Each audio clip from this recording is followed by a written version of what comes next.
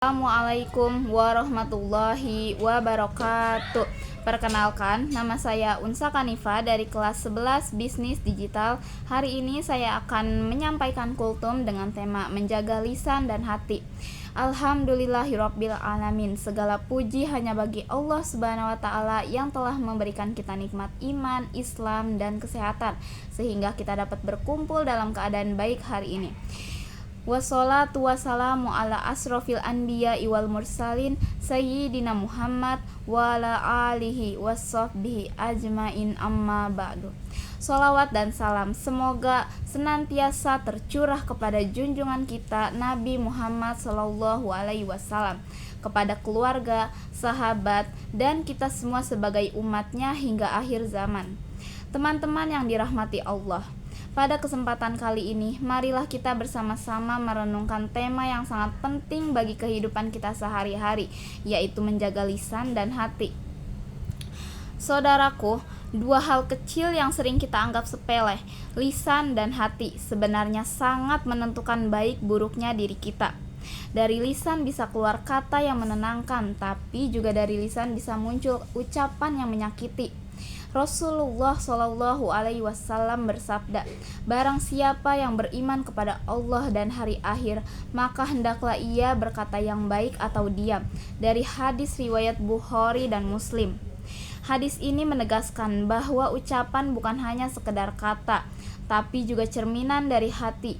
Kalau hati kita bersih, maka lisan pun akan berkata lembut dan bermanfaat.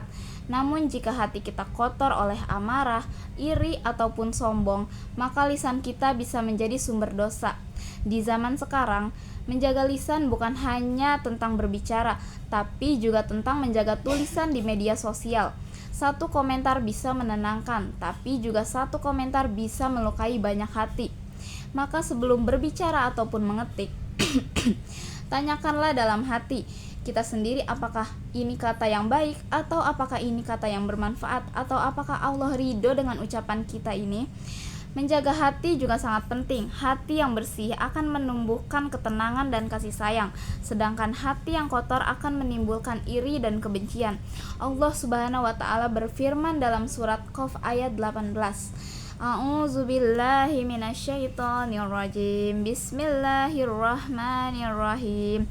Ma yalfizu min qawli illa ladaihi raqibun atid.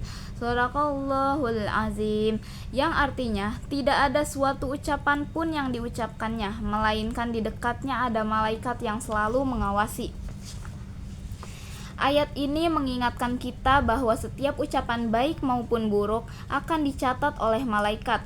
Maka, marilah kita melatih diri memperbanyak zikir, istighfar, dan kata-kata yang menenangkan hati orang lain. Namun teman-teman, menjaga lisan tidak akan sempurna jika hati kita tidak dijaga, karena lisan adalah cerminan dari hati kita. Kalau hati tenang, ucapan kita juga tenang. Kalau hati kita penuh kebencian, maka yang keluar pun kata-kata yang keras dan menyakitkan. Rasulullah Shallallahu Alaihi Wasallam pernah bersabda, ketahuilah dalam tubuh manusia ada segumpal daging. Jika ia baik, maka baiklah seluruh tubuh. Jika ia rusak, maka rusaklah seluruh tubuh. Ketahuilah, segumpal daging itu adalah hati. Dari hadis riwayat Bukhari dan Muslim. Hati adalah pusat dari semua perbuatan kita. Karena itu, menjaga hati sama juga pentingnya dengan menjaga lisan. Kita perlu membersihkan hati dari sifat iri, dengki, sombong, dan ujub. Kita perlu melatih diri untuk ikhlas dalam berbuat, sabar dalam menghadapi, dan memaafkan dalam bersikap. Menjaga hati juga bisa dilakukan dengan memperbanyak zikir dan istighfar. Kalimatnya sangat sederhana seperti Subhanallah, Alhamdulillah, La ilaha illallah, Allahu Akbar, dan Astagfirullah. Mampu melembutkan hati yang keras, menenangkan jiwa yang gelisah, dan menjauhkan kita dari ucapan buruk. Contohnya itu banyak sekali teman-teman.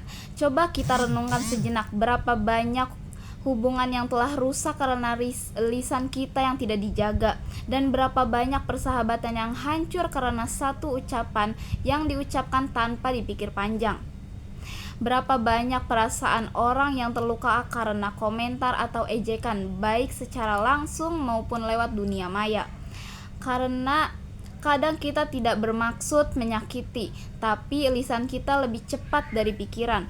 Itulah sebabnya Rasulullah SAW mengingatkan kita dalam hadis lain seperti sesungguhnya seseorang mengucapkan satu kalimat yang ia anggap ringan, namun ternyata menyebabkan ia tergelincir ke dalam neraka sejauh antara timur dan barat. Dari hadis riwayat Bukhari. Betapa beratnya tanggung jawab atas lisan ini. Namun, orang-orang yang mampu menahan lisan dari ucapan buruk dan menjaga hatinya dari kebencian, ia termasuk golongan orang-orang yang sangat dicintai oleh Allah Subhanahu wa taala.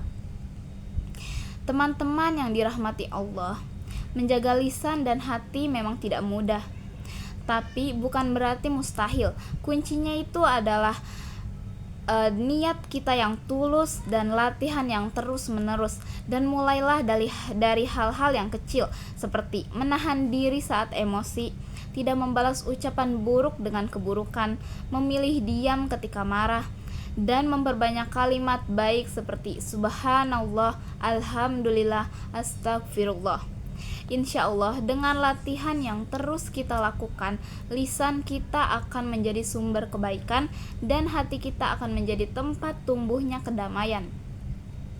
Allahumma gfirli lil muslimina wal muslimat wal mu'minina wal mu'minat al ahyahi minhum wal amwat, yang artinya, ya Allah, ampunilah dosa-dosa kaum muslimin dan muslimat, mukminin dan mukminat, baik yang masih hidup maupun yang telah meninggal.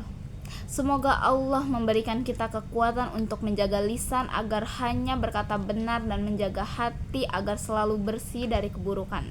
Wassalamualaikum warahmatullahi wabarakatuh.